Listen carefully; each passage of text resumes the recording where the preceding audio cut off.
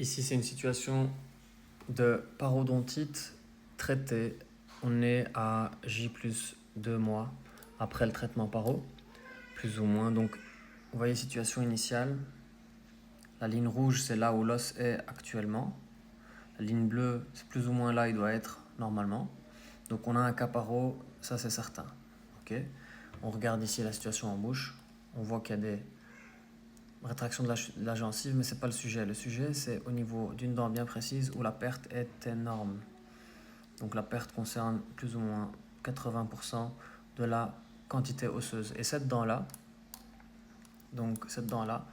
est une dent, c'est la dent qui est là sur la radio, qui était une dent mobile. Donc c'est une dent qui bougeait dans les deux dimensions de l'espace, donc vers le côté lingual vestibulaire, ce côté-là, et puis disto-mésial, comme ceci.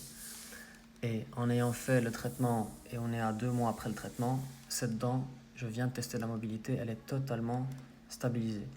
Ça veut dire qu'il y a sans aucun doute une régénération osseuse qui s'est faite autour de la dent, ce qui prouve que le débridement PCEM-PHS qu'on présente, que l'on effectue, n'est pas seulement là pour arrêter la maladie, mais également pour aider la régénération osseuse.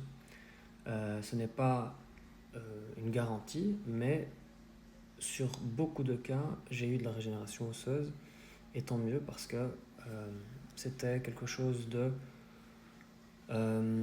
c'est un avantage supplémentaire. Nous, de base, notre but premier, c'est d'arrêter la maladie. Si on arrête la maladie, en plus de ça, on arrive à faire de la régénération osseuse, auto-régénération, c'est-à-dire c'est l'os qui se reconstruit grâce